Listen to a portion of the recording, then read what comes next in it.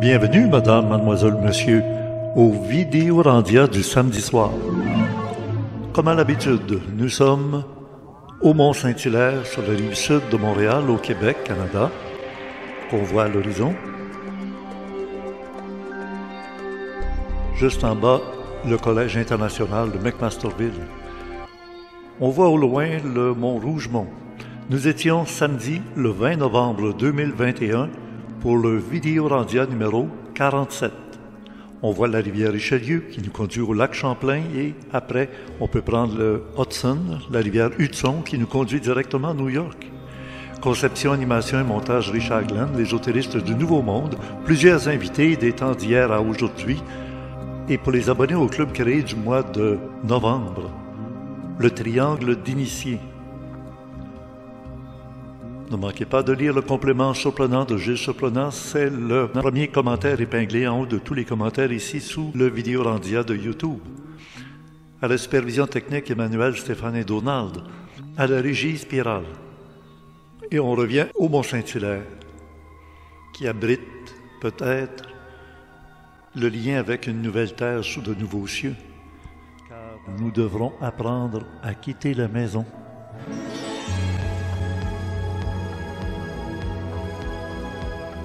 Nous sommes dans le Verger, à l'est du Mont-Saint-Hilaire. Et il y a tous les ans une compétition d'artistes qui viennent ici au concours du Land Art, alors l'art terrestre. Et avec des objets de la matière, de la nature, ils présentent des sculptures différentes. Et j'ai choisi, comme étant donné que nous sommes sur le thème de quitter la maison, de venir ici voir une sculpture qui est propice à la vision de la maison qu'un certain animal porte avec... Pensez pas au Bernard l'Ermite, il s'agit plutôt de la limace. Alors ici, c'est bien un escargot. Oui, parce qu'une limace n'a pas de coquille, justement, tandis que l'escargot, c'est comme une limace, mais qui a sa propre coquille, qui a sa propre maison. Eh bien, ça se trouve être un bel exemple de la maison. La maison autarcique, autonome. Elle se promène avec sa maison, un petit peu comme un vagabond avec sa maison mobile. C'est le cas. Et il s'agit ici d'une sculpture faite avec des branches et puis de terre séchée. Dans l'émission d'aujourd'hui, on va avoir des rencontres un peu spéciales faites en 1982. Il s'agit de Jacques Languira qui est décédé à l'âge de 86 ans après avoir fait son émission par 4 chemins durant 43 ans. Et de mon côté, l'ésotérisme expérimental a duré jusqu'à maintenant 45 ans accomplis. On commence la 46e année déjà bientôt au mois de décembre. Et j'ai reçu toutes sortes de monde parler de différents sujets. Et on est maintenant dans le domaine ésotérique à se demander certaines questions quand on regarde la situation planétaire terrestre actuellement. Alors à ce propos, si on doit quitter la maison et que la femme couchée va accoucher d'une nouvelle terre, et on dit dans des textes une nouvelle terre sous de cieux nouveaux, il y aura des gens qui quitteront la planète Terre. Il y a déjà très longtemps, si on regarde à l'endos du livre écrit par un ufologue qui est décédé aussi, M. Claude Macduff, Le procès des soucoupes volantes, et à l'endos, il nous dit que Albert Einstein avait dit « Les soucoupes volantes ont été construites et pilotées par des êtres humains qui ont quitté la Terre il y a de ça des milliers d'années, et ils reviennent. » Oh! Pourquoi reviendraient-ils maintenant? Parce que, vous savez, en physique quantique, on parle de l'intrication des particules. Deux particules subatomiques qui sont apparues en même temps sont liées à la vie et à la mort éternellement et sans propriété d'espace ni de temps. Autrement dit, des confins de l'univers, deux particules intriquées sont instantanément, et quand je dis instantanément, c'est plus vite que la lumière, là, en intime relation. Oui. La pensée est peut-être une façon d'être en communication plus vite que la lumière et sans limite d'espace et non plus dans le temps. Quand c'est le moment dans le temps, La chose est instantanément en relation avec l'autre, à l'autre bout de l'univers. Il n'y a pas de limite de l'espace. Alors maintenant, va par là, Geneviève, pour avoir moi plutôt au soleil. Alors, vous avez déjà entendu parler des prophéties de Jean 23, le pape Jean 23, qui a créé le concile écuménique où il voulait réunir toutes les religions de la planète. Bien, il s'appelait Angelo Roncalli. Avant d'être prêtre, avant d'être pape, il était templier. On en a parlé il y a déjà 2 semaines des Templiers. Et Angelo Roncalli avait été envoyé comme enquêteur officiel du Vatican à Rennes-le-Château, parce qu'on se demandait d'où venait la fortune du curé Béranger Saunière. Puis son frère, qui était aussi curé un peu plus loin, qui faisait partie de la trésorerie des Rose-Croix. Tout le monde sait que après la destruction des Templiers, sont apparues des sociétés secrètes, les francs-maçons d'un côté, les Rose-Croix les plus spirituels de l'autre. Et on reprochait aux Templiers d'être ceux qui avaient profité de mettre la main sur beaucoup d'argent, avoir un trésor, une fortune incroyable. Mais Béranger Saunière a-t-il eu accès à cette fortune? Alors on avait envoyé Angelo Roncalli enquêter à Rennes-le-Château. Et vous savez que Rennes-le-Château est tout près du royaume des Cathares, dont on a parlé la semaine dernière. En effet, il y a des relations à faire entre les Atlantes qui ont quitté la planète Terre il y a très longtemps à bord de ce coupe volant qui reviennent maintenant. Les Templiers et les Cathares qui sont dans le secret des dieux et qui connaissent des choses et qui sont en relation avec des pouvoirs spirituels et matériels, dont le plus important et le plus simple dans la matière, c'est la fortune, l'argent. Et tout ça est en relation aussi avec des prophéties, donc jouer dans l'espace et dans le temps, apporter de l'information qui va surprendre beaucoup de gens. Dans les prophéties de Jean 23, justement, il a dit des signes dans le ciel, des lumières bleues, vertes, rouges, circulent très rapidement. Quelqu'un vient de loin, veut rencontrer les hommes de la terre, mais qui a vraiment vu s'est tu. Alors, on parle de qui? On parle de ces êtres qui reviennent de loin et qui veulent venir prendre contact avec une certaine humanité au moment où les humains de la Terre supplient le ciel d'intervenir. Les choses sont en train de s'accomplir. D'ailleurs, je vous préviens qu'à la toute fin de notre émission aujourd'hui, il y a des scènes qui vont être troublantes pour les esprits faibles. Ça risque de perturber certaines personnes. Alors, vous êtes prévenus. Alors, c'est des scènes qui ne sont pas faites pour tous les regards. À la toute fin de l'émission aujourd'hui. Pour plus d'informations, allez lire le complément Surprenant de Gilles Surprenant. Le lien est ici en bas, juste en bas, le premier commentaire épinglé en haut de tous les commentaires. Le complément Surprenant vous apportera les détails de ce dont je parle maintenant et aussi d'autres en rapport avec nos invités de l'émission d'aujourd'hui, qui est extrait des archives de 1982, avec Jacques Languirand et Yolande, son épouse, qui avaient commencé à créer leur maison autarcique, autonome, dans les cantons de l'Est, tout près de Cowansville. Et ça s'appelait exactement comme le titre du livre de Jacques Languirand, Mater Materia, le centre Mater Materia, qui a existé pendant à peu près 5 ans. Parce que c'est pas facile de vivre en société. Puis surtout à l'époque, même si, vous allez l'entendre aujourd'hui, ça coûtait à peine 5 000 $ pour avoir une maison. Se construire une maison à 5 000 $. Moi, je connais quelqu'un en 2021 qui a bâti sa maison autonome avec des éléments recyclés, mais c'est de toute beauté. Et on va en reparler dans les semaines qui viennent, surtout en l'année 2022. Et ça lui a coûté 65 000 $ en 2021. C'est quand même pas 5 000 $, mais les choses étant ce qu'elles sont. Et d'autant plus que la manière de bâtir en 1982 une maison autonome, c'était très élémentaire, j'allais presque dire primitif, comparé à ce qu'on connaît maintenant et ce à quoi on a accès. Geneviève et moi, on étudie dans un mouvement, un groupe qui s'appelle Solutionnera. Solutionnera. E-R-A. allez voir le complément surprenant, vous allez avoir plus d'informations détaillées sur le sujet. C'est passionnant parce que vous allez l'entendre dans l'émission. Chaque personne devrait être capable de se bâtir et devenir très rapidement indépendante financièrement par rapport à une maison que tu payes pendant 25 ans en hypothèque, donc tu as payé presque 2 fois le prix.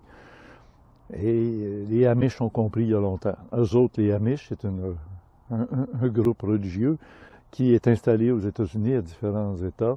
On leur a laissé du territoire et ils sont autonomes, indépendants et ils ne payent pas d'assurance, eux autres. L'assurance, c'est leur collectivité. Si une des maisons passe au feu, toute la collectivité va se mettre ensemble puis va bâtir une maison dans l'espace de 2 semaines. La nouvelle maison va être rebâtie. Tout le monde va collaborer. Hey, on a des choses à apprendre de sociétés qu'on croirait rétro, arriérées. Ils ont peut-être compris l'essentiel. Hein? Bon, ben alors, je vous invite à regarder notre émission d'aujourd'hui qui va faire un rapport entre les civilisations passées qui avaient des compétences et des connaissances incroyables qu'on a perdues, semble-t-il, ou qu'on nous cache. On parle maintenant de révélation du phénomène extraterrestre ou intraterrestre, d'une société qu'on appelle Breakaway Civilization, comme dirait Richard Dolan, la société en marge, breakaway, de notre civilisation, mais qui aurait à leur disposition toute la technologie de l'antigravitation, de l'énergie libre, etc. Des choses vont être révélées dans les semaines, dans les mois qui viennent. Dans les 2023 arrive à grands pas. Alors, je le sais depuis tout jeune, 2023 va être l'année charnière de notre humanité qu'on a connue et qui ne reviendra jamais comme on l'a connue dans les années 50, 60. Et je vous donne, en terminant cette introduction, quelque chose de positif. Alors, voici enfin une information positive. À un moment donné sur la planète, c'est extrait des prophéties de Jean 23, encore une fois,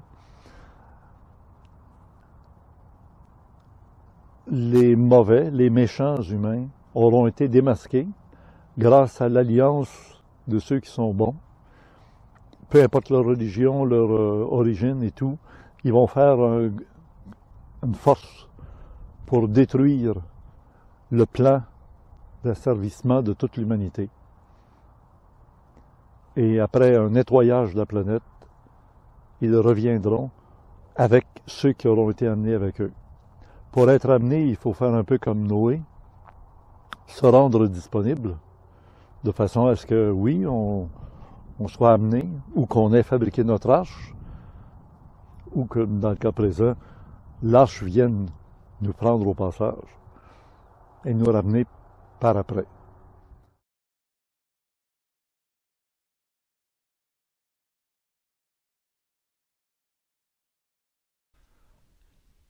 Bonne émission et bon voyage dans le temps.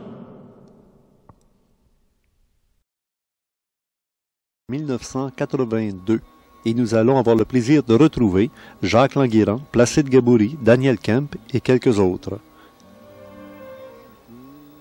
À l'ombre de la Grande Pyramide. Et aujourd'hui, nous allons tenter de voir si cette œuvre d'art et de construction architecturale n'est pas la preuve évidente qu'une civilisation très avancée est passée sur la Terre il y a de ça fort longtemps. Mais beaucoup de gens m'ont écrit pour me dire qu'est-ce que ça nous donne d'essayer de savoir si une civilisation si avancée a existé sur la Terre, puisque ce qui compte, c'est aujourd'hui et le moment présent. Avec des gens qui sont à l'avant-scène dans le domaine de l'ésotérisme ici dans la province de Québec et qui se sont toujours impliqués dans la société d'aujourd'hui, mais avec une démarche ésotérique, nous allons tenter aujourd'hui de faire le pont entre cette civilisation très avancée d'autrefois, qui nous aurait laissé que cette construction comme témoignage, mais aussi une façon d'être, une façon de vivre, un art de vivre dont on a parlé la semaine dernière avec Jean Cazot. Et ce sont des gens qui, comme Annie Dumont, Daniel Kemp, Jacques Languirand, sont déjà prêts à témoigner de nouvel art de vivre, mais déjà avec une démarche ésotérique. on écoute tous ces témoignages pour voir si l'ésotérisme, ça peut servir à quelque chose aujourd'hui, dans le moment présent. Mon message, c'est que on est déjà dans l'ère du Verseau. On est déjà dans l'ère de transformation psychologique. Et il n'est pas nécessaire d'attendre des années pour commencer à réaliser ce monde nouveau. Et déjà, il y a des signes que ce monde nouveau est en train de se réaliser, des signes assez évidents. Quels seraient ces signes? Eh bien, d'abord, la transformation au niveau personnel. De plus en plus de personnes expérimentent des états de conscience différents, soit spontanément, soit à l'aide de différentes techniques, et expérimentent une façon d'être, une façon de vivre qui se transforme, une façon plus large de voir les choses, une façon de communiquer qui est différente. Au niveau personnel, ça se voit déjà. Ça se voit aussi au niveau social. Il y a de nombreuses tentatives et qui réussissent souvent de transformer même des institutions, comme par exemple en éducation. Il y a de nombreuses tentatives et de nombreuses transformations qui s'opèrent actuellement dans le monde. Et c'est vraiment une façon nouvelle de voir les choses, un esprit plus large, plus grand, où l'être humain est pris dans sa totalité, considéré dans sa totalité, au lieu d'être considéré comme plutôt une machine à performer, par exemple. Un exemple, vous pouvez nous apporter un exemple en éducation? En éducation, eh bien, l'approche de l'éducation est une approche globale, en ce sens qu'au lieu d'éduquer les enfants à apprendre des choses qui sont extérieures à eux, on va plutôt les amener à découvrir, à imaginer, à créer à partir d'eux-mêmes ce qu'ils ont déjà en eux, et à partir de ça, d'apprendre aussi des choses, mais d'une façon qui est beaucoup plus spontanée et naturelle, et en fait qui amène beaucoup moins d'efforts. Tantôt, vous nous avez parlé d'une nouvelle façon de prise de conscience par des techniques. Quelles seraient ces techniques? Alors, il y en a de très nombreuses. En fait, la base de toutes ces techniques, c'est l'observation de soi. Au lieu de s'identifier directement à nos pensées ou nos émotions, d'être capable de faire comme un recul face à ces pensées, ces émotions, et de regarder qu'est-ce qui se passe en nous. De la méditation? La méditation est une technique parmi d'autres. La méditation, c'est un moment spécial de notre journée, par exemple, où on regarde nos pensées, on regarde nos émotions. Mais on peut le faire avec d'autres expériences que la méditation. On peut le faire, par exemple, dans des expériences de groupe, de croissance, comme je le fais moi-même, où les personnes entrent en contact réellement avec leur mécanisme mental ou émotionnel. Et une fois cette prise de conscience faite, il est alors à ce moment-là beaucoup plus facile de faire comme un recul face à ça et de choisir si on se laisse embarquer dans notre machine émotionnelle ou mentale, ou bien si on choisit d'être autre chose. Quelle est votre option devant les prophéties de malheur dont on parle depuis une journée complète là, au symposium? Eh bien, mon option est bien claire, en ce sens que ces malheurs vont arriver en fonction de notre niveau de conscience. Si le niveau de conscience de l'humanité, en moyenne, est très bas, on va avoir un mauvais temps à passer, c'est certain. Si le niveau de conscience de l'humanité est arrivé à un niveau assez élevé, ce sera peut-être quelques difficultés, mais on peut passer à travers sans qu'il y ait nécessairement d'apocalypse. C'est comme ça que je le vois. Donc cela dépend absolument de nous, de l'effort qu'on aura fait pour prendre conscience de ce qu'on est réellement dans notre beauté intérieure, dans notre amour intérieur. Et à ce moment-là, si le niveau est suffisant, on n'aura pas besoin d'apocalypse, c'est tout. On en aura Vous avez pas un beau besoin. sourire, mais êtes-vous optimiste quant à l'avenir du monde? Croyez-vous qu'on aura ce niveau de conscience qui va nous permettre d'éviter? Je le pense, oui. Je le pense. Maintenant, c'est juste ce que je pense. Et je veux y croire, parce que je sais que en émettant une pensée positive, une pensée que cela va se passer comme ça, je donne des forces positives à tous ceux qui travaillent à ça, dans le monde de la pensée. Alors que si je focalise ma pensée sur des événements négatifs, eh bien, ce que je vais faire, c'est que je vais créer une forme pensée, disons, négative. Et comme toute forme pensée se réalise, il faudrait que ça se réalise. Puis je ne veux pas que ça se réalise. Croyez-vous que le Québec est un endroit privilégié, comme plusieurs le pensent? Il semblerait que, d'après pas mal de prophéties, ce soit un endroit privilégié. Et ici, trouvez-vous qu'on a un peuple qui a l'esprit de conscience, la conscience plus ouverte, peut-être?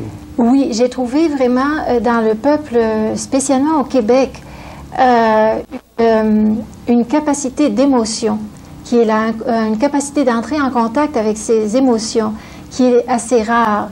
Il n'y a pas beaucoup de blocages mentaux. Il y a le mental qu'il faut, mais on dirait que au Québec, il y a un espace qui est là pour qu'on puisse être beaucoup plus conscient de ses émotions et plus en contact avec son amour, en fait.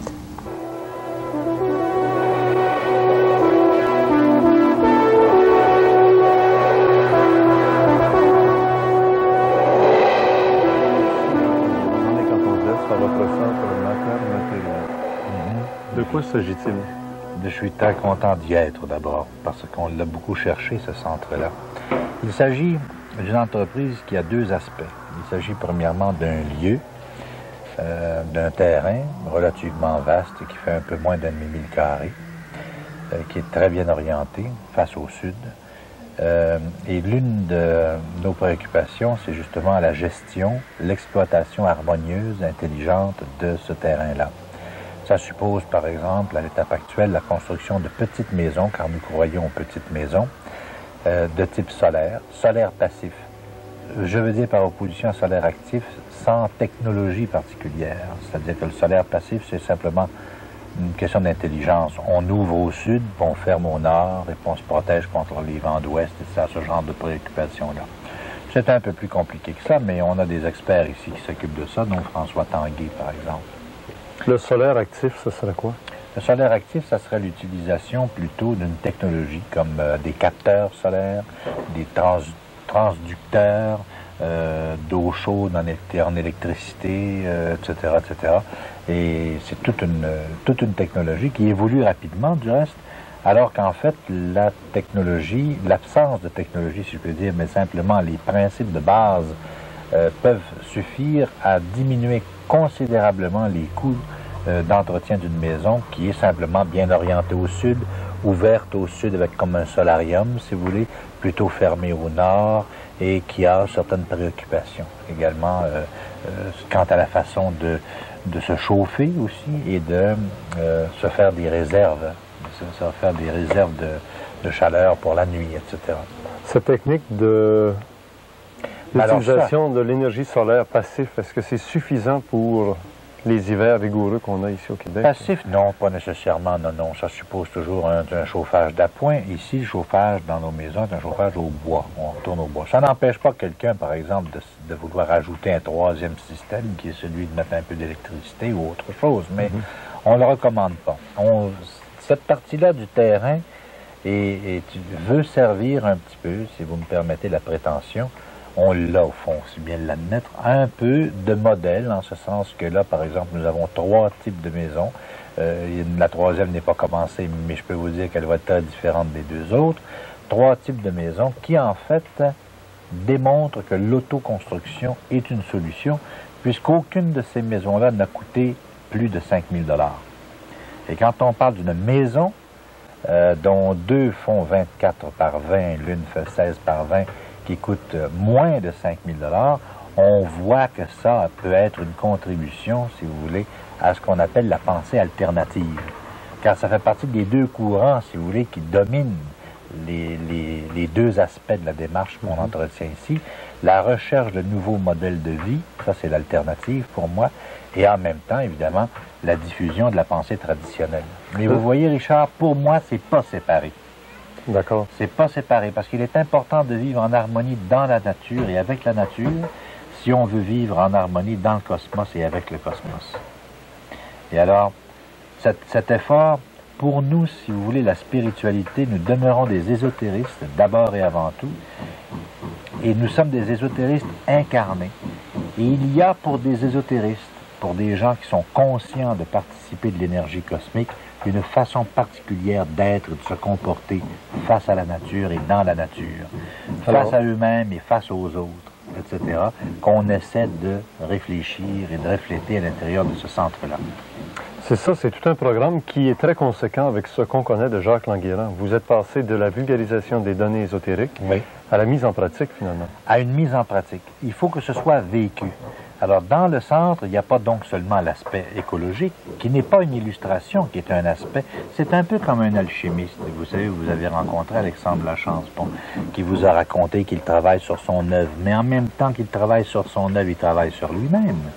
Alors, ici, au fond, nous autres, on travaille sur une certaine œuvre, qui est l'aménagement, l'organisation de la maison, des lieux, d'habitation écologique, d'expériences que l'on fait avec des toilettes à compostage, de l'utilisation de l'énergie éolienne. Moi, je m'en vais bientôt entreprendre la construction avec mes amis, bien sûr, parce que je serais incapable, hélas, de le faire. Je suis un mauvais exemple de ce point de vue-là, car chacun devrait être capable de construire sa propre maison à un moment, mais je vais là utiliser dans la maison que nous nous destinons, mon épouse et moi, on va utiliser le 12 volts en éclairage pour devenir totalement indépendant du grand système. On va faire notre électricité nous-mêmes. C'est-à-dire que moi, j'étais dans la position du gars qui a vulgarisé tout ça. J'ai commencé par vulgariser la pensée ésotérique. Puis à un moment, je me suis dit, diable, il faudrait bien que je change ma façon de vivre si je veux être cohérent. Alors j'ai commencé à être obligé de la changer. Et puis, j'ai vulgarisé la pensée alternative en même temps, qui était la recherche de nouveaux modèles, parce qu'on sait qu'il y a une société qui est en train de s'effondrer. Il suffit de lire les journaux, ceux qui les lisent encore, moi je les lis plus maintenant, ça me déprime trop. Bon, pour voir qu'il y a une société qui est en train de s'effondrer, mais à travers ça, personnellement, j'aime mieux mettre l'accent sur une société qui est en train de naître, qui est en train de se trouver une nouvelle façon d'être, de vivre, de s'organiser, etc. Puis on essaie de trouver ces nouveaux modèles-là et de les exploiter à l'intérieur de ce centre-ci. Tout le monde est invité à venir, tout le monde est invité à venir participer à ces ateliers qui ont lieu toutes les fins de semaine. Je disais d'abord donc sur l'écologie, mais aussi il y a le travail sur soi qu'on peut faire au plan de la psychologie, par exemple. C'est très important de se bien connaître si on veut progresser. Bon, des questions d'ordre psychique également qui nous intéressent beaucoup. Et puis, il y a la spiritualité. Par exemple, donc, il y a aussi une vocation de centre spirituel. Il y a surtout une vocation de centre spirituel, car pour moi, rien n'est en dehors de la spiritualité. C'est tout le reste qui entre dedans, parce que pour moi, si vous voulez, tout participe du soi. Il s'agit maintenant d'intégrer les choses et de les mettre à l'intérieur d'une démarche spirituelle, mais une démarche spirituelle incarnée. Les gens qui viennent ici, qui disent, vous savez, dans la vie, il n'y a rien qui marche dans mes affaires, je ne sais pas comment m'occuper de ma vie quotidienne, mais ça ne fait rien, je pense que je vais réussir en spiritualité. La réponse, c'est non. Vous ne réussirez pas parce qu'il n'y a pas de démarcation entre le fonctionnement au plan matériel et le fonctionnement au plan spirituel. Si tu rates ta vie au plan matériel, tu rates ta vie au plan spirituel. Ça ne veut pas dire de réussite sociale, c'est pas de ça dont je parle actuellement. C'est de faire ce que tu as à faire comme être humain. Il faut que tu fasses ce que tu as à faire comme être humain, aller au bout de toi-même, aller à une forme de réalisation de toi-même. Et ça, c'est déjà aller très, très loin sur le plan de la vie spirituelle. Alors, les gens qui viennent ici peuvent se rendre compte de ces constructions, de cet apport que vous avez sur le plan matériel. Écoutent, parce que là, on est pris entre des coups de marteau qui se donnent. Ici et là, oui. Ici et là, on est en train de réparer le dessous d'une maison ici qui laisse passer un peu trop d'air pour l'hiver qui s'en vient. Ailleurs, on est en train de bâtir le toit d'une maison solaire. C'est dans cette ambiance-là, c'est un peu une mentalité de pionnier, mais à travers ça, il y a, si vous voulez, un coin un peu plus retiré, où il y a des lieux où on est capable quand même de se retirer et de procéder à des ateliers de travail sur soi, finalement.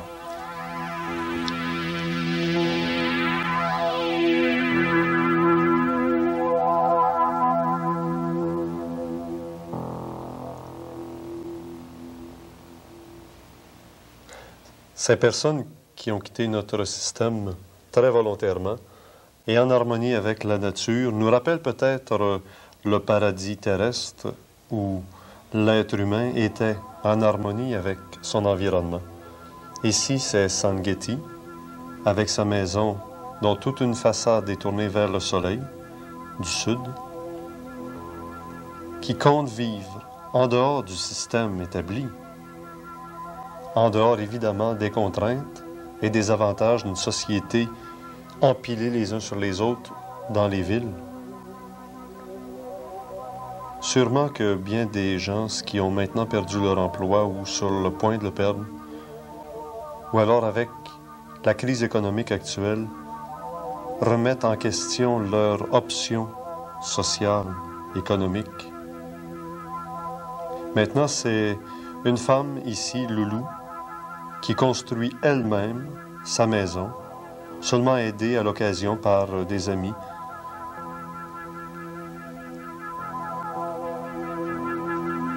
Quelle serait notre décision?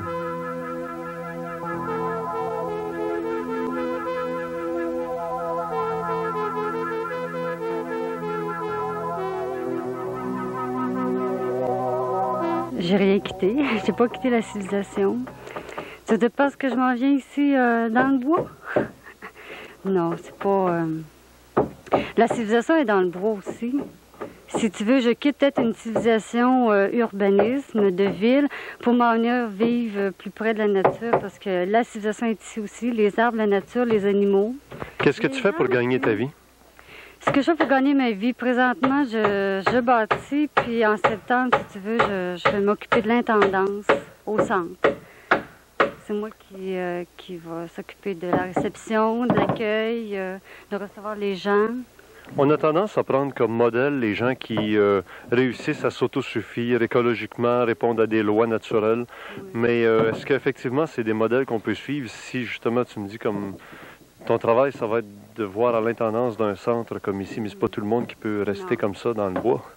Oui, je peux dire que j'ai eu beaucoup de chance à ce niveau-là, parce que c'est le problème des gens qui veulent vraiment être autosuffisants en campagne, parce que ça se fait pas en ville, des trips comme ça.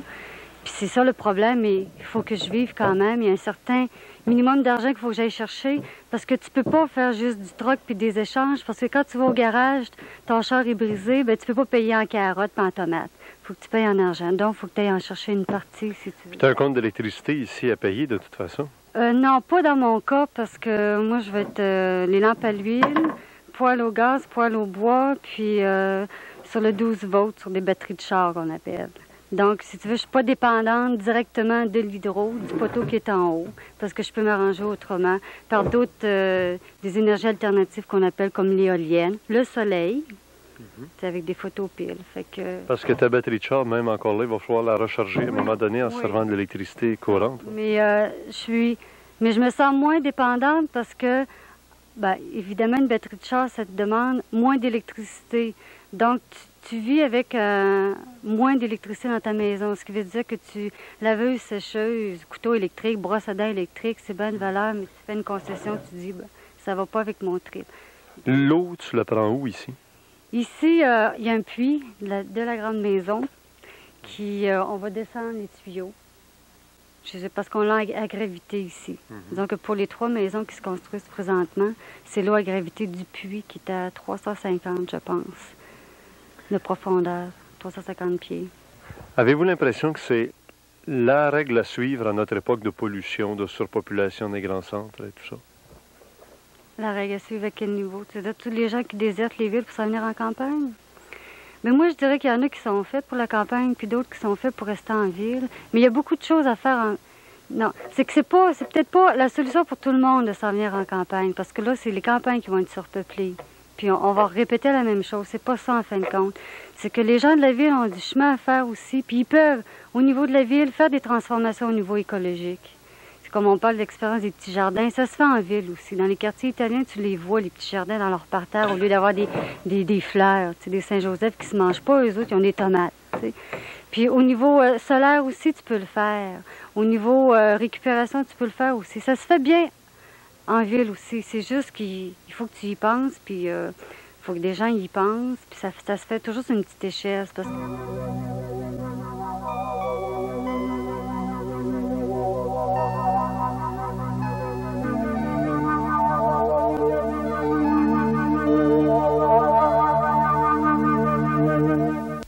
dans l'écologie pratique, l'écologie radicale pratique, c'est-à-dire des maisons avec une approche écologique assez basse technologie, espèce d'architecture tiers-monde, si tu veux, c'est-à-dire des maisons à 5000 pièces et moins, autoconstruites, des choses pareilles. Fait que c'est là que je suis, là. En suivant des règles d'économie, parce que l'écologie, ça veut dire quoi, en fin de compte? Liet Kynes, qui est un écologiste fictif qui va exister, planétaire, dans le roman Dune, définit l'écologie comme étant la première fonction de l'écologie, la plus haute fonction de l'écologie, c'est la compréhension des conséquences. Et pour moi, c'est ça, la compréhension des conséquences. Ça veut dire que quand tu fais un bungalow de banlieue en matériaux préfinis, avec une série de spécialistes, etc., les conséquences sont que la maison te coûte cher, tu la payes longtemps, puis elle t'appartient pas, elle te ressemble pas. Tandis que dans l'architecture radicale, que j'aime beaucoup appeler radicale parce qu'elle est irrécupérable par le code du bâtiment, puis les professionnels qui sont bien embêtés avec ça parce qu'on répond à un besoin financier. On fait des maisons pour 5000, des maisons solides, des maisons qui sont par-dessus leurs normes. Alors, ils ne peuvent pas nous agresser. Dans cette écologie-là, la vision qu'on a, c'est une vision beaucoup plus... Chaque maison est un acte de création personnelle pour ceux et celles qui vivent dedans. Conséquemment, il n'y a pas deux maisons pareilles. Chaque site est différent. Comme toute la maison de Loulou, ici, on avait fait un design, planifié la maison pour un site. Finalement, elle n'a pas bâti là, elle a bâti ici, fait qu'il a fallu changer des tas de choses. Il a fallu être flexible à ça. Un professionnel n'aurait pas été flexible à ça. T'sais. Est-ce qu'une maison écologique ou l'esprit écologique, c'est d'aller s'harmoniser avec l'environnement pour exploiter ou utiliser l'environnement à son maximum au point de vue éclairage, chaleur, etc.? Oui. En termes de bâtiment, d'architecture, c'est évident que c'est ça qu'il faut faire. Tu le vois ici, d'ailleurs, la maison est orientée, protégée, les arbres sont conservés. Orientée dans quelle direction? Ici, on a mis la maison à peu près franc-sud. Idéalement, pour une maison solaire, il aurait fallu être plus à l'est. Mais par contre, la pente naturelle de drainage nous a forcés à rester plus sud. C'est compensé, l'orientation qui devrait être plus à l'est, est compensée par le fait qu'on est très protégé dans le bois, etc. Tu vois. Au niveau de l'harmonie, c'est évident. Moi, je travaille présentement sur des modèles de maisons qui sont des maisons le plus désindustrialisées que possible, donc avec le lien culturel automatique de la laine puis du gyproc complètement sorti, puis la recherche de matériaux plus nobles. On travaille beaucoup en bois, des toitures en matière végétale, c'est-à-dire au lieu de faire un toit ordinaire, on fait un toit avec des feuilles, de la paille, des composts, puis de la verdure dessus. Protection au nord par l'orientation, les pentes de toit. Bon, ça va très loin, on peut en parler longtemps. C'est des soucis que, écoute, c'est littéralement hors la loi au Québec de faire une maison solaire parce que une maison solaire doit obligatoirement être orientée vers le soleil, c'est-à-dire au sud ou au sud-est, et que si ça donne que la rue sur laquelle tu bâtis est mal orientée, tu peux pas désorienter ta maison parce qu'il faut que tu sois face à la rue. Tu sais, ça va loin. Hein. Il y a une espèce d'alignation dans le bâtiment qui fait que bâtir en harmonie, tu sais, avec l'environnement est un non-sens. Conséquence directe, tous les bâtisseurs, les bâtisseuses, parce qu'il y en a beaucoup de femmes qui se bâtissent, de plus en plus, sont obligés de se cacher ou de faire ça dans des endroits moins zonés, etc., pour un paquet de raisons. Ils n'ont pas envie de mener les batailles administratives absurdes que ça amènerait. T'sais. Toi, ton engagement personnel peut-il déborder de la construction pour certains individus et atteindre un mouvement social généralisé? C'est déjà largement ça. Moi, je fais de la politique. Au sens du quotidien, du politique et non pas de la politique à petite semaine. Chaque maison, pour moi, est un geste politique. On fait ici des démonstrations qui sont publiques parce que le monde va venir les voir. Tu peux pas dissocier ça. D'ailleurs, tu peux pas acheter l'écologie à 9,95, tu comprends? C'est pas à vendre. Tu rentres pas dans un système de vie comme tu rentres dans une nouvelle paire de pantalons. Il faut que tu aies une attitude complètement différente. Et quand tu te mets à bâtir ta maison, tu fais des serres, tu fais de la production de nourriture, tu fais de la cueillette, tu coupes ton bois, tu fais 1 million de petites affaires de même qui viennent avec. C'est un tout.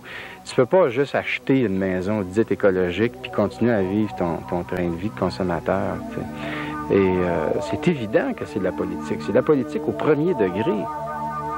conséquence directe, tu verras jamais un politicien ici, parce que c'est 6 pieds par-dessus leur tête, ils comprendraient absolument rien à ça. D'ailleurs, je le sais, je parle en connaissance de cause. J'ai dealé avec les politiciens pendant plusieurs années, en particulier l'équipe à Joron du temps. Et il y a vraiment, mais alors vraiment rien à espérer de ce monde-là. La politique, elle se fait ici présentement. Le futur, la future société québécoise ou américaine ou quelle que tu veux, se fait aujourd'hui par les gens qui assument des choix culturels et politiques différents en faisant toutes sortes de choses de ce genre-là. C'est ça qui va définir les normes dans 15 ans où les nouveaux politiciens de l'époque récupéreront les nouvelles idées pour faire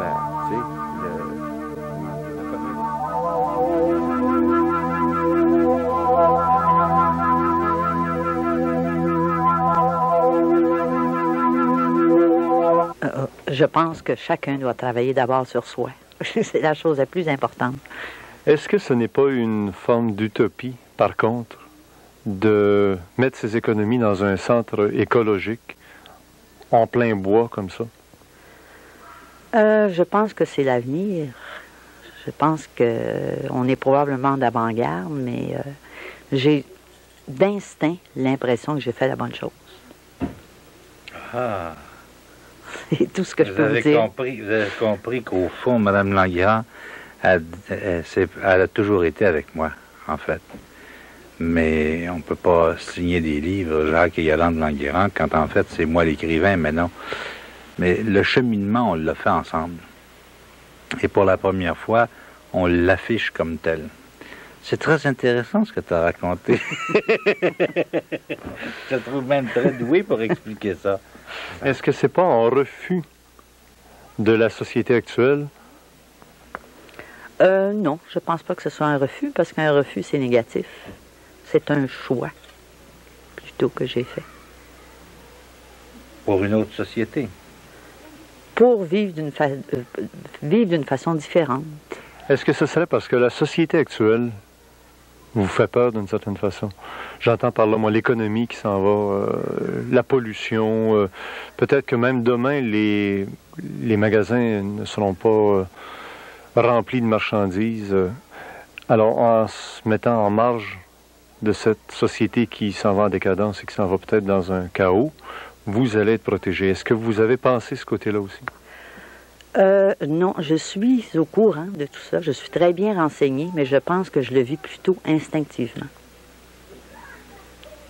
Tu veux dire qu'il n'y a pas eu ce calcul-là du tout dans ton esprit? Dans mon esprit, non, pas du tout. C'est intéressant, je suis en train d'apprendre des choses. Non, je le sais que la société va mal, qu'il y a une crise économique et on n'est pas dans le... Ça peut dégénérer, on n'est même pas dans le plus fort. Je suis consciente de tout ça. Je vis sur Terre. Mais c'est même pas ça, mon choix. Je veux dire, je l'ai fait instinctivement. Comme je fais tout, d'ailleurs, dans ma vie instinctivement. Comme les gens que je choisis, qui veulent venir s'établir ici, je les choisis d'instinct. C'est peut-être la grande leçon à apprendre de vous. C'est justement d'instinct qu'on retourne aux lois naturelles et à l'harmonie avec la nature dans un centre écologique comme ici. Oui. C'est la première loi à suivre, c'est suivre son instinct. Suivre son instinct, je trouve que c'est bien important. Je vous remercie.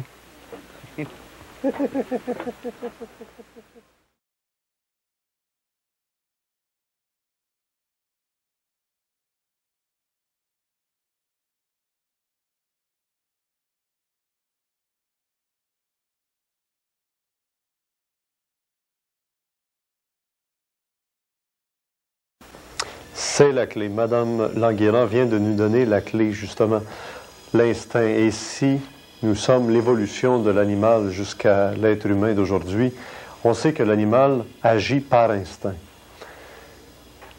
À l'époque du déluge, Noé a été épargné de cette calamité, probablement par instinct. Il a entendu une voix, la conscience, il a entendu quelque chose qui a communiqué en lui, ça lui est rentré en lui.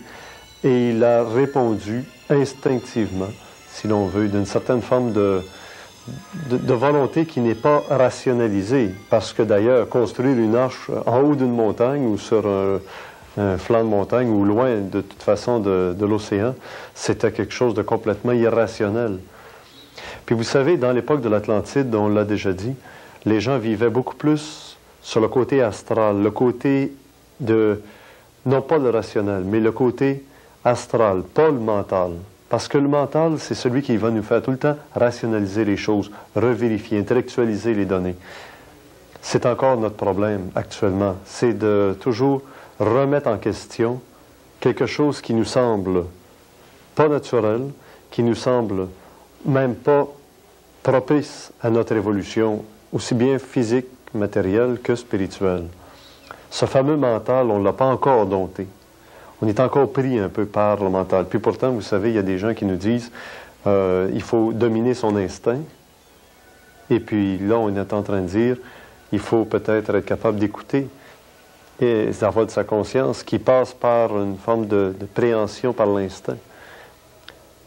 Pour parler du mental et de l'instinct ou de l'intuition et tout ça ensemble, on va écouter maintenant un jésuite, Placide Gabouri, nous en parler plus à fond.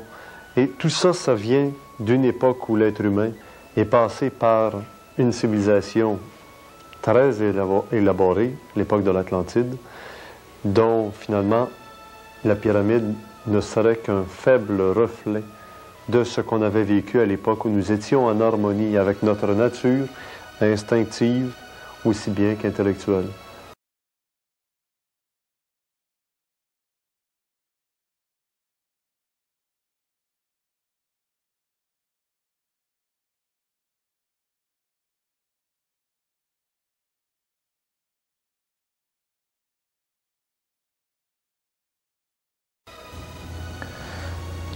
Cette dimension cachée qui est en nous, qui est le divin, n'est pas du tout de la même nature que le reste.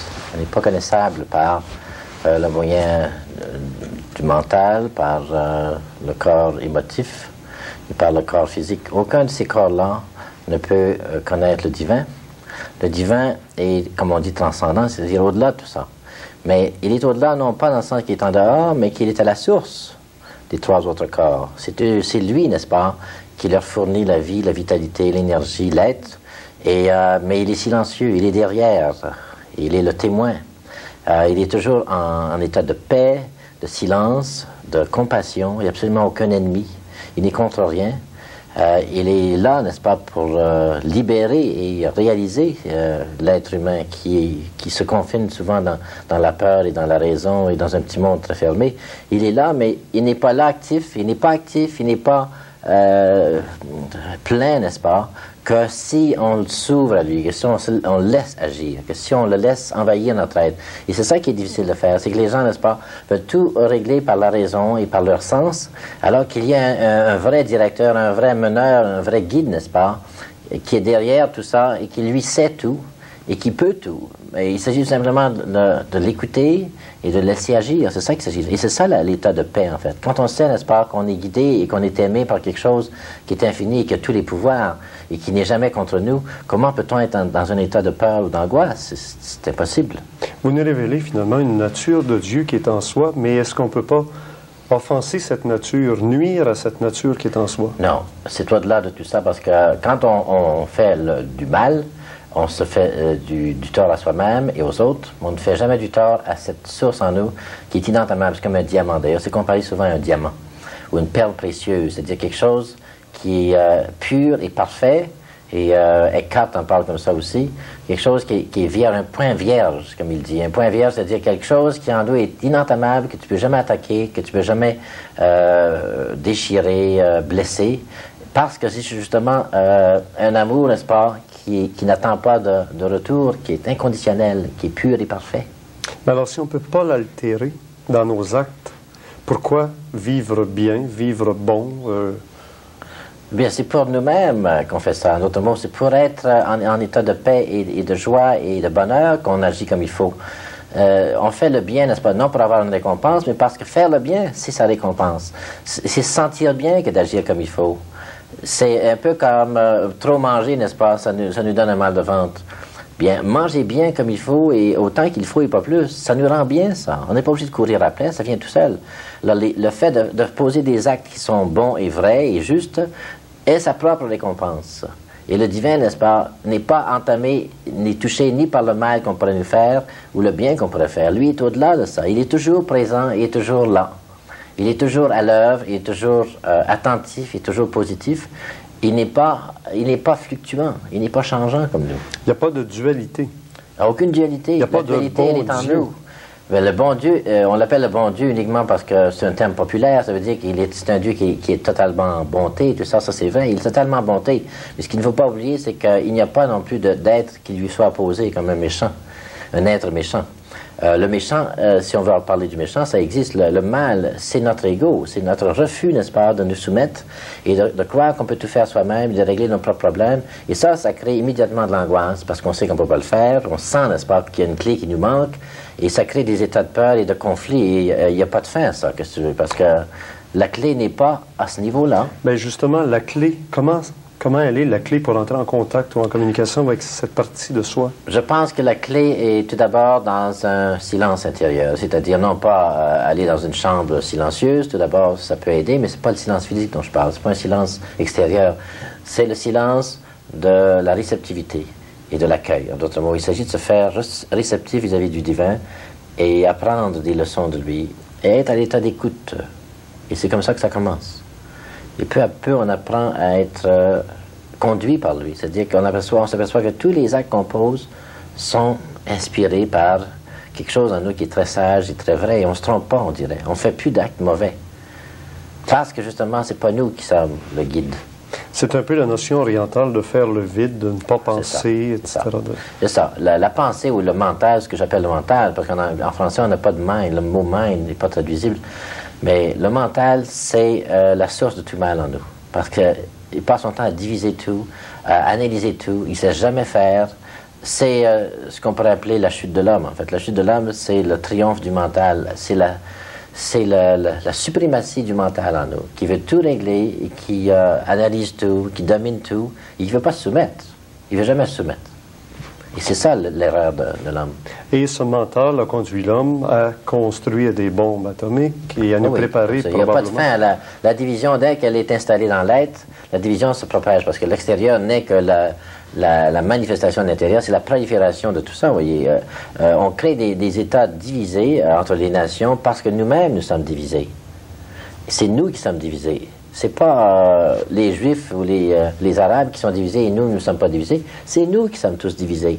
Et aussi longtemps que nous ne sommes pas en paix vis-à-vis de nous-mêmes, il n'y aura pas de paix dans le monde. La paix dans le monde ne vient pas automatiquement, vous savez, comme une sorte de grâce automatique. Ça vient uniquement dans la mesure où les individus qui composent l'univers vont être des hommes, des êtres de paix. Et ça peut se faire par nous tout d'abord. Nous pouvons semer, n'est-ce pas, un état de paix en étant nous-mêmes en paix et niveler sur les ondes négatives. Mais des gens vous diront, on a soulagé des maladies, on a soulagé des problèmes comme les déplacements par les inventions, grâce au mental, grâce à l'intellect. C'est très utile le mental pour régler certaines choses et d'ordre extérieur, ça peut aider beaucoup. Mais ça n'abolit pas l'état d'ignorance de l'homme, c'est-à-dire l'état d'ignorance vis-à-vis de ce qu'il est. Ça n'abolit pas l'état de peur et d'angoisse et de haine qui se trouve dans l'homme et d'égoïsme qui fait, n'est-ce pas, qu'il y a des pauvres dans le monde. Les pauvres ne viennent pas du fait qu'il n'y a pas assez de nourriture. C'est parce qu'il y a des égoïstes, c'est des gens qui veulent trop pour en avoir et puis veulent se gonfler le ventre. C'est uniquement ça. Il y a tout dans la nature ce qu'il faut pour nourrir tous les hommes. Mais ça vient du fait que justement ce mental, n'est-ce pas, est égoïste et qui veut toujours établir son petit royaume à lui. Et il n'y a rien pour les autres.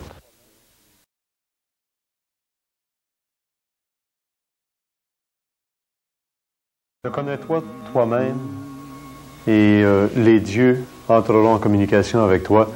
C'est peut-être encore de bonne loi aujourd'hui dans notre société, même si la psychologie évolue, même si la science appliquée évolue. On se rend très bien compte que lorsque l'être humain se connaîtra très bien, lui-même et avec tout ce qu'il fait et ce qu'il compose, sûrement que l'harmonie reviendra sur la planète. Mais on est toujours pris dans cette dualité quand même entre l'égoïsme et le penser à l'ensemble, entre la sécurité d'être prisonnier dans un système qui nous maintient sous sa protection, qui nous maintient aussi bien nourris, bien logés, mais cette prison, cette société qui nous tient prisonniers. Elle nous enlève beaucoup de liberté. Par ailleurs, cette liberté qui nous donnerait la possibilité d'aller explorer tous les horizons qui nous intéressent, cette liberté peut nous amener aussi dans des confins d'un univers qu'on ne connaît pas et qui risque d'être pour nous désastreux.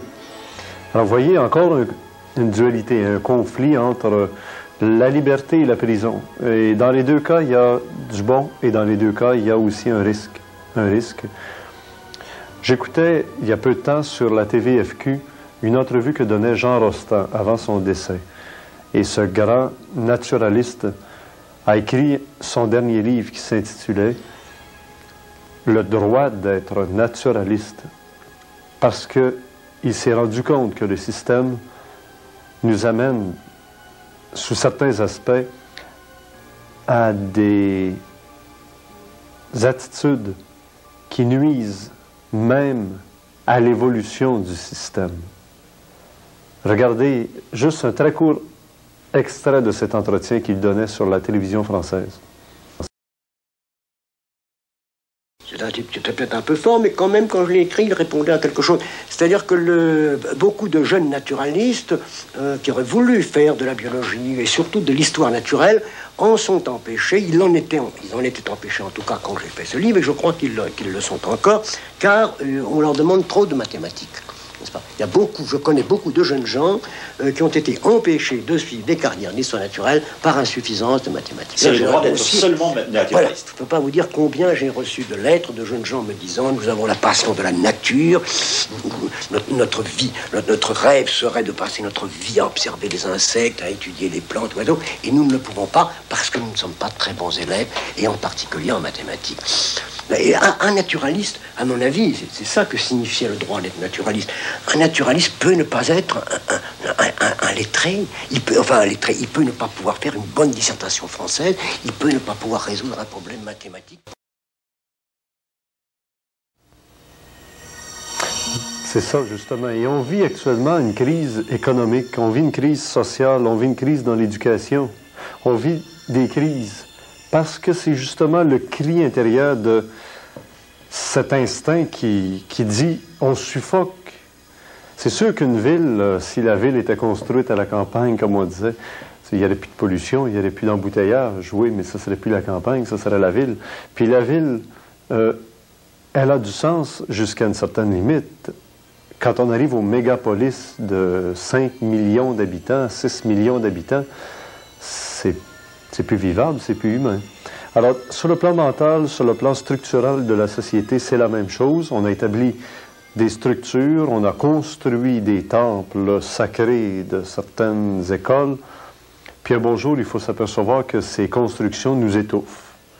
Qu'il y a une limite à un moment donné où il faut soit stopper cette évolution ou soit la transformer.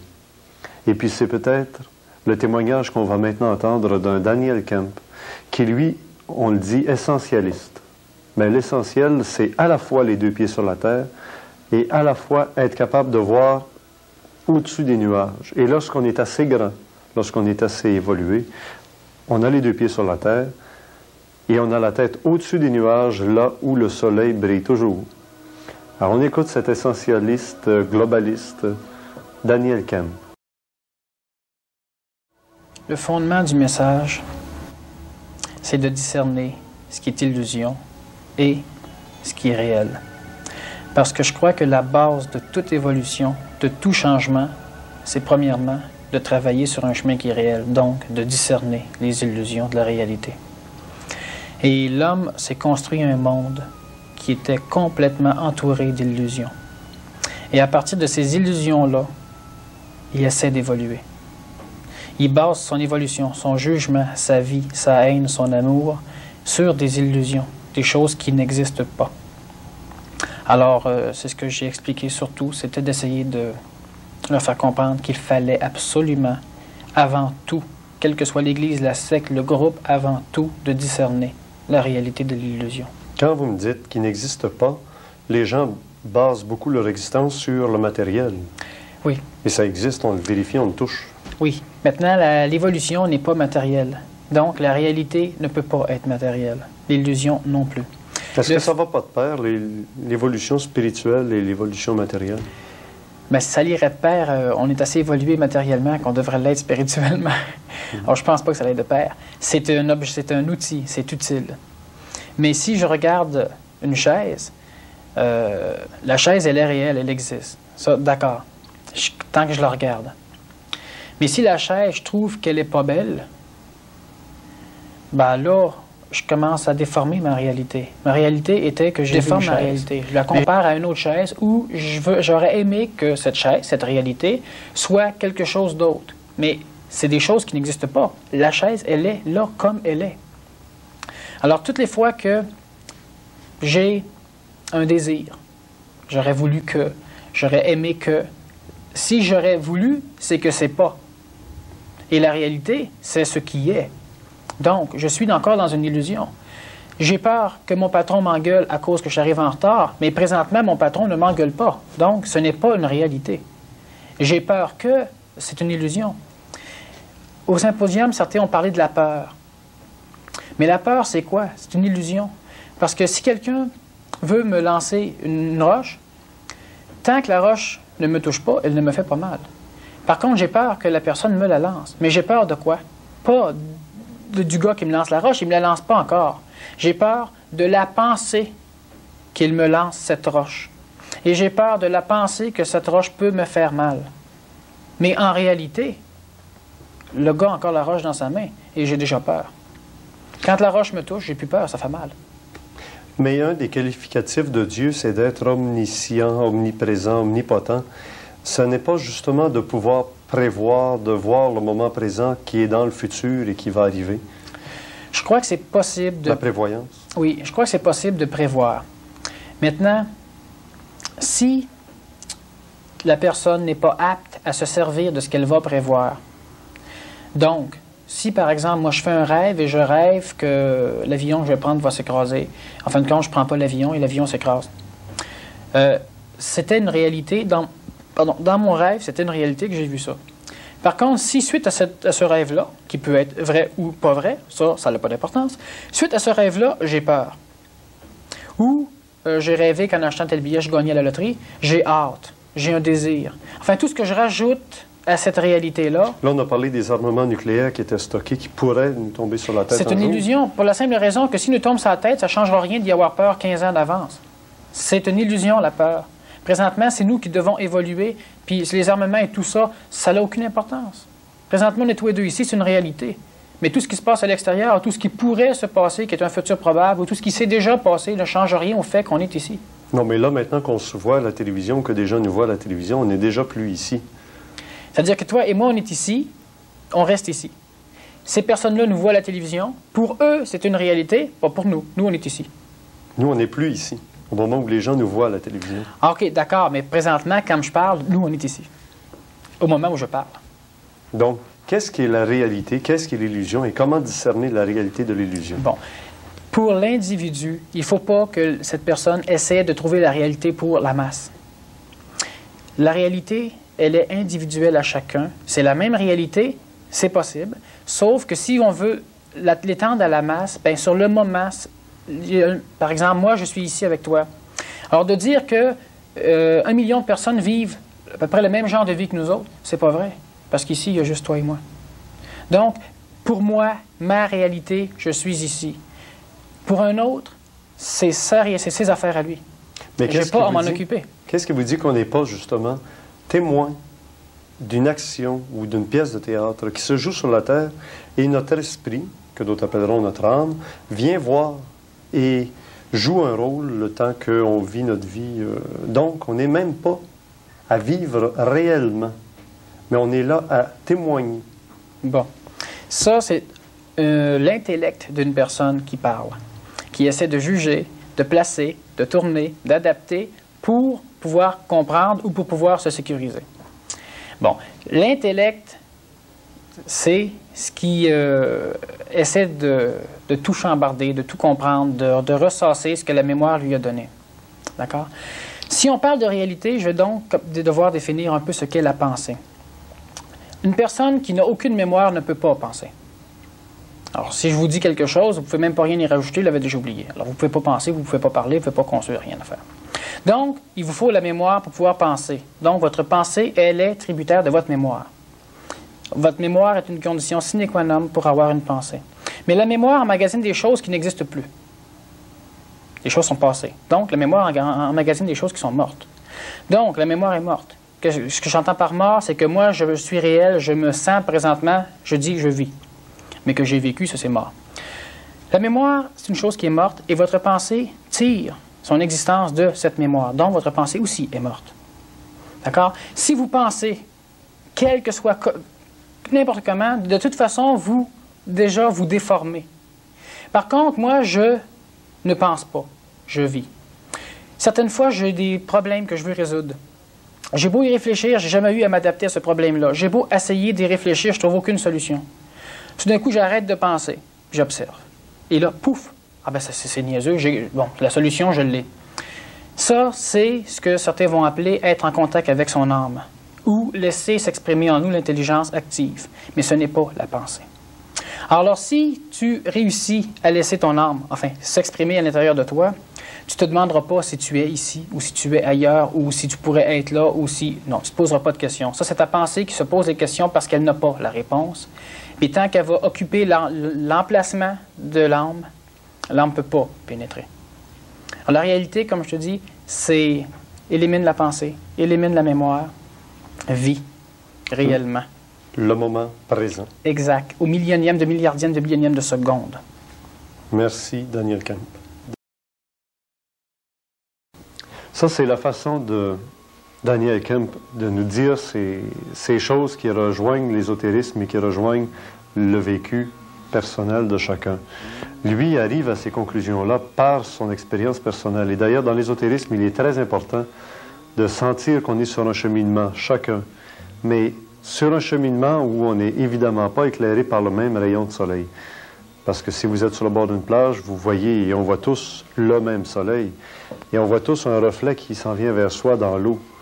Mais le reflet qu'on voit venir vers soi, c'est pas le même que celui du voisin. On a chacun un rayon qui vient vers soi, assez semblable d'ailleurs, puisque nous avons tous un corps physique, nous avons tous un cerveau et nous pensons tous par les mêmes processus.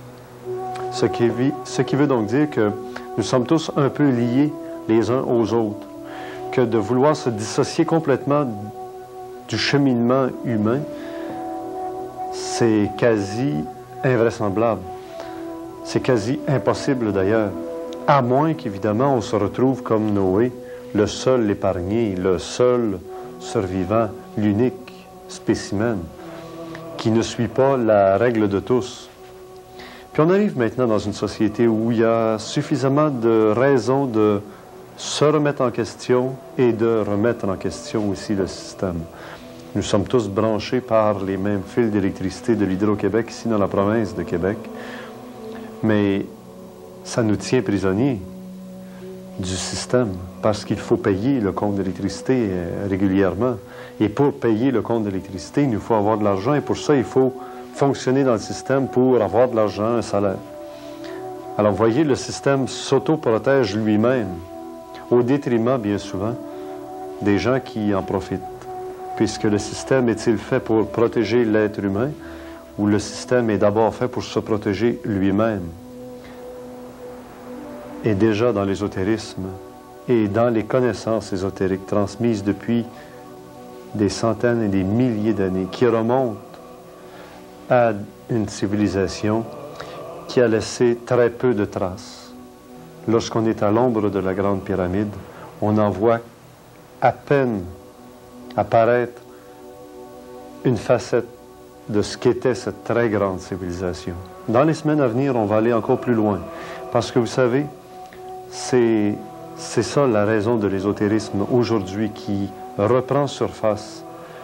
Le voile du temple se déchire, les écoles qui étaient occultes, qui étaient cachées, arrivent à s'exprimer maintenant au public. On laisse entrer de plus en plus de gens dans ces écoles qui étaient fermées. Il en existe une bonne dizaine d'écoles ésotériques très valables ici dans la province de Québec et à travers le monde. Et puis graduellement, on va s'apprivoiser. les uns les autres vis-à-vis tout cela, puisqu'effectivement, il fallait attendre qu'on ait à repenser un peu qu'est-ce qui se passe.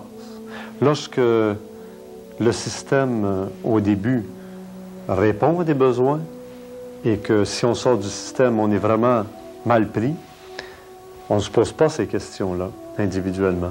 C'est lorsque c'est le système lui-même qui nous rend malheureux, qui ne répond plus à nos besoins, que là, on se pose des questions. Peut-on éviter ce système?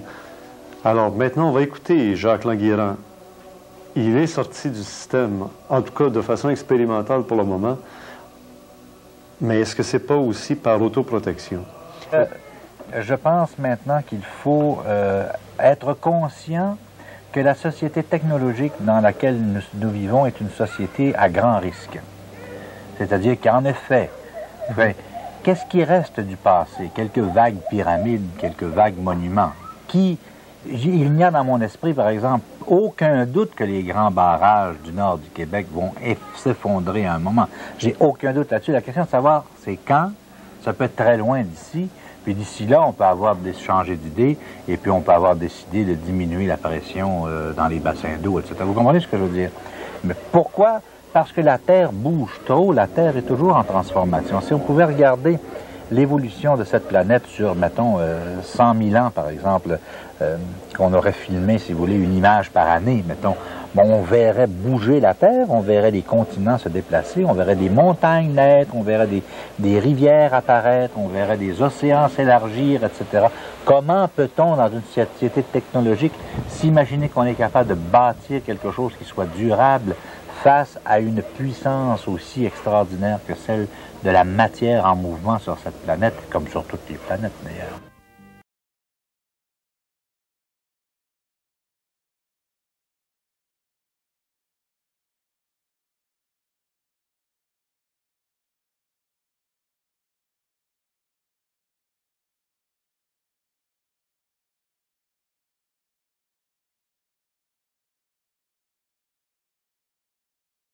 Voici enfin une information positive. À un moment donné sur la planète, cet extrait des prophéties de Jean 23, encore une fois. Toujours plus nombreux les signes. Les lumières dans le ciel seront rouges, bleues, vertes, rapides. Elles augmenteront. Quelqu'un vient de loin, veut rencontrer les hommes de la terre. Il y a déjà eu des rencontres, mais qui a vu vraiment s'est tu. Si une étoile s'éteint, elle est déjà morte. Mais la lumière qui approche est quelqu'un qui est mort et qui revient. Un seul réussira à parler juste à temps avant de mourir.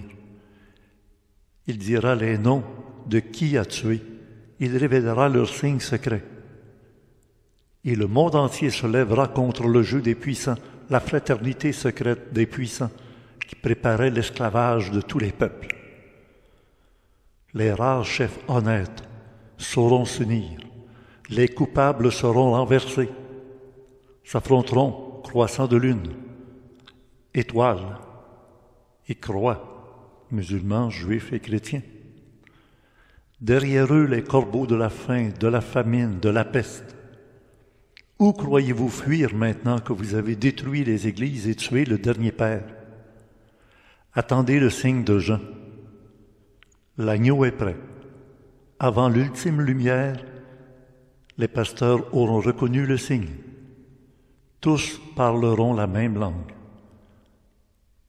Le règne de Dieu arrive sur terre, sa cité se dresse, même pour qui ne l'a pas voulu. Ouvrez votre cœur aux lys. La voix sera puissante, annoncée par les trompettes. Il y a 20 siècles, plus l'âge du Sauveur.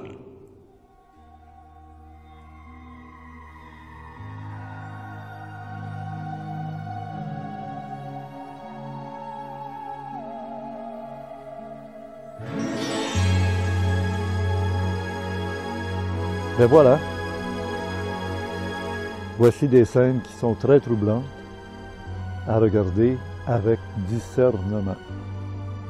Merci de votre attention et bonne semaine.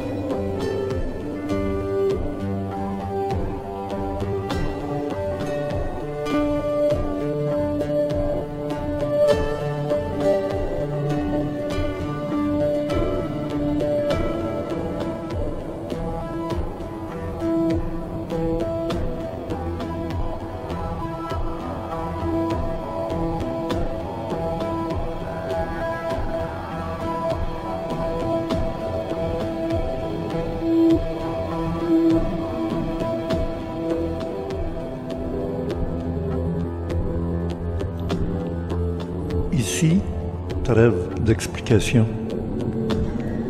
Étant donné qu'une image vaut 1000 mots,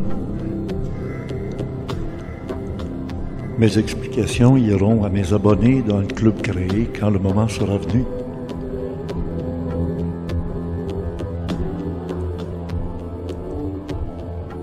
Merci.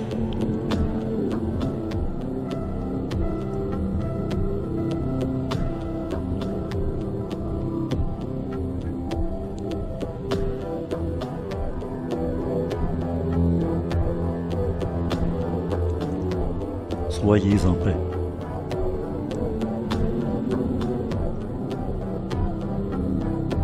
Alors que tout semblera perdu, tout sera sauvé.